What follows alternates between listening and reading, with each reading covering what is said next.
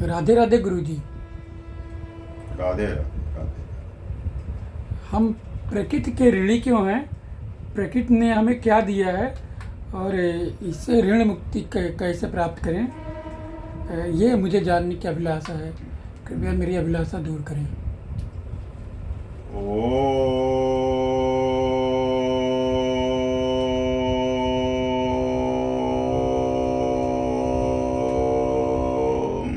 हरे कृष्णा हरे कृष्णा हरे कृष्णा। एक कहानी के माध्यम से बताने की मैं कोशिश करूँ। एक जंगल था, बहुत घना नहीं था, बस्ती से 1-2 किलोमीटर की दूरी था, लेकिन जंगल ही था। एक पेड़ के नीचे एक आदमी तने का टेंक लगा के बैठा हुआ था और आंख से आंसू गिर रहे थे। दुखी था, परेशान था। दिखने से ही लगता कि आदमी बहुत दुखी। एक संत जी थोड़ी दूर से गुजर रहे थे। फकीर समझिए, संत समझिए, बाबा समझिए, उनसे रहा नहीं गया। बोले कि आदमी अकेले में पेट के वो लगा के रो रहा है, बैठा है, परेशान है, क्या बात है? चल के जरा पूछते हैं। बाबा जी धीरे धीरे उस आदमी के पास गए, खड़े रह गए। अब वो इतना परेशान था, बेचैन था कि बाबा जी की तरफ देखा भी नहीं। बाबा जी ने पूछा, क्या बात है भाई, क्या है, क्या प्रॉब्लम है, क्या समस्या है, क्यों यहाँ बैठे? वो और रोने लगा। धीरे धीरे उन्होंने चुप करा। उसने अपनी सारी समस्या बता दिया कि गुरुदेव, बाबा जी, मैं बहुत परेशान हूँ, बहुत दुखी हूँ, कुछ भी हमारे पास नहीं है। मैं बहुत गरीब हूँ, घर की परवरिश नहीं कर पा रहा हूँ, बच्चों को पढ़ा लिखा नहीं पा रहा हूँ, कोई बीमार हो जाता है दवाई नहीं कर पाता हूँ। समाज में शादी विवाह में जो हमको गिफ्ट करना चाहिए नहीं जा पाता हूँ, नहीं दे पाता हूँ, रिश्ते नातों में नहीं दे। मैं बहुत परेशान हूँ और मैं जिंदा नहीं रहना चाहता,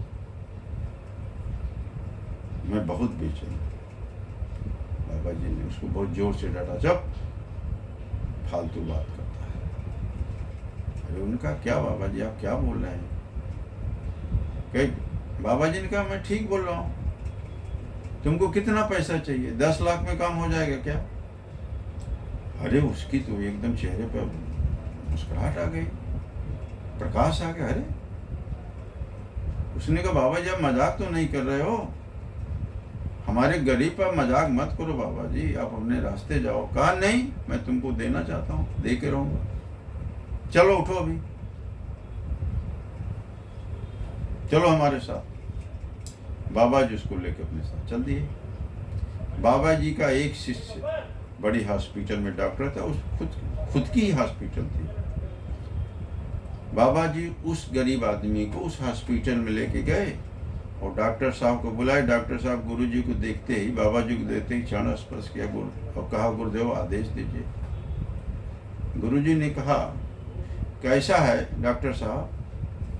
इस आदमी को 10 लाख रुपया चाहिए। तो 10 लाख के बदले में अगर एक किडनी निकालने से काम चल जाए तो एक किडनी ले लो, इसको 10 लाख दे दो। एक किडनी से काम नहीं चले तो इसका एक आंख ले लो, कुछ भी ले लो, इसको 10 लाख दे दो। डॉक्टर साहब, हाँ ठीक है। अपने असिस्टेंट को बुलाए, नर्सेस को बुलाए, बोले भाई ऑपरेशन थिएटर ले चलो और पहले इसको कैश दे दो 10 लाख। वो आदमी जो गरीब था रो रहा था। अरे उसको जान आ गई। अरे कहा, क्या बात करते हो? मैं किडनी दूंगा क्या, आंख दूंगा क्या? नहीं नहीं, हमको नहीं चाहिए 10 लाख रुपया। तो बाबा जी उसके साथ में ही बाहर आ गए। कहा, मूर्ख, परमात्मा ने कई करोड़ों की संपत्ति के साथ में इस पृथ्वी पर तुमको भेजा है। जब बच्चा पैदा होता है उसके हर अंग की कीमत आप जोड़िए, बहुत हो जाती है। हमारे एक मित्र ने बताया कि किसी उनके हितैषी का एक्सीडेंट हो गया था, तो करीब 2 इंच की बंदर की हड्डी उसके जगह लगाया, उसका 80,000 रुपया लिया। तो 216 तो हड्डियों के टुकड़े हैं अपने शरीर में। इस शरीर की जरा वैल्यू करो। अरे वैल्यू क्या, अमूल्य है। इतना धन लेके, करोड़ों की संपत्ति लेके परमात्मा ने तुम्हारे साथ इन्वेस्ट किया और भेज दिया है, जाओ पृथ्वी पर। अब तुम इस संपत्ति का दुरुपयोग कर रहे हो। अब डिटेल में अगर जाएं तो बहुत समय लगेगा। आपको बुद्धि दिया है, आंख दिया है, कान दिया है, नाक दिया है, कर्मेंद्रियां हैं और ज्ञानेंद्रियां हैं। अरे भाई, इनका सदुपयोग करो। जब इनका सदुपयोग करोगे तो तुमको किसी चीज की कमी कोई नहीं रहेगी। अब देखो, सुनने में आता है सेठ जी ने 2 बेटों में, एक बेटे को, दोनों बेटों में 5-5 करोड़ रुपया दे दिया और सेठ जी तीर्थ यात्रा पर चले गए। 5 साल के बाद वापस आए तो जो एक बेटा था वो 5 करोड़ के बदले वो कितने करोड़ों का मालिक बन गया और दूसरा भिखारी बन गया। अरे भाई, ठीक वैसे ही परमात्मा में तुमको इतना धनी बना के भेजा है, तुम धनवान हो, अब कहते हो गरीब हो गए।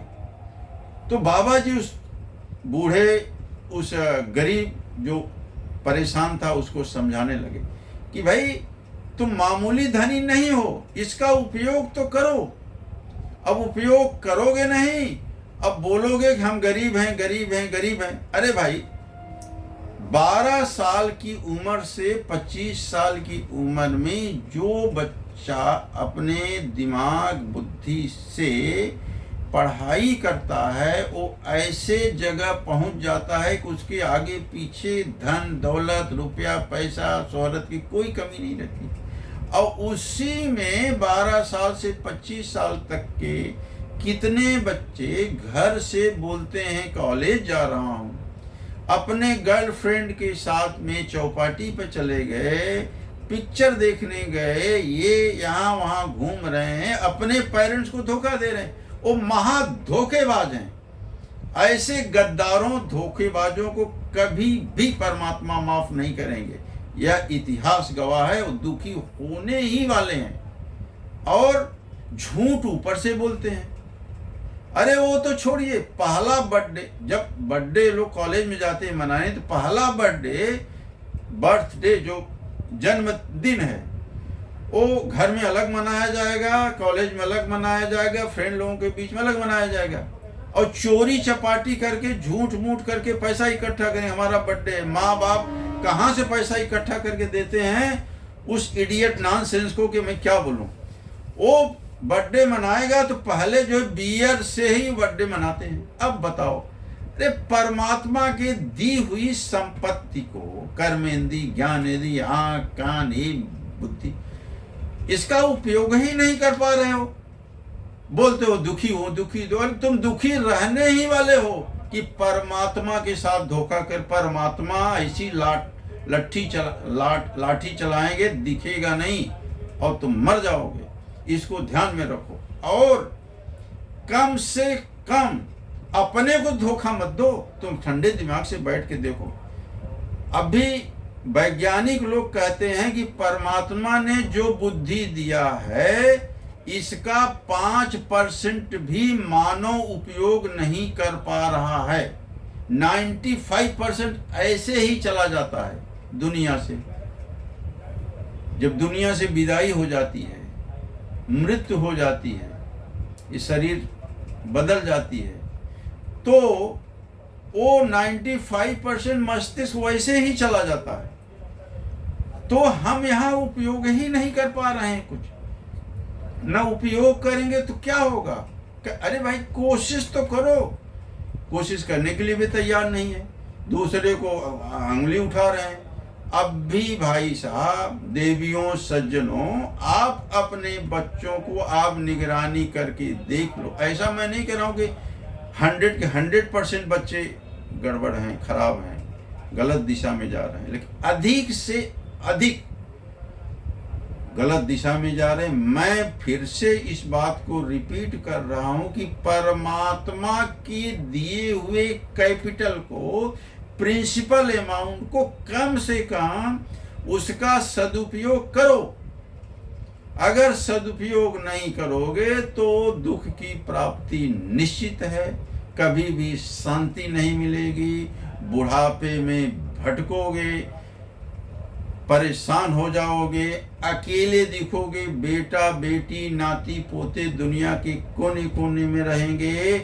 तुम्हारे मरने के बाद कोई आएगा कोई नहीं आएगा, इसको सोचने का प्रयास करो। और फिर से मैं कह रहा हूं कि जो 3 ऋण हैं उसको ध्यान दो। ऐसा नहीं है कि ज्योतिषाचार्य को देखा, कर्मकांडी ब्राह्मण को देखा, पूजा पाठ कराने वाले, यज्ञ कराने वाले को देखा, अरे यार ये सब ढोंगी लोग हैं। नहीं,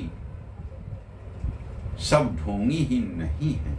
अगर ऐसा होता तो पृथ्वी टिकी की टिकी नहीं रही। अपने ऋषियों मुनियों को देखो क्या किए थे। अब यहीं विराम देते हैं। ओम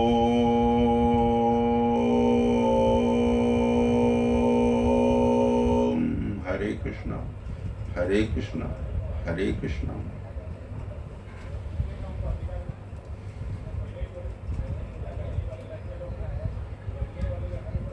चेक करोगे कि सब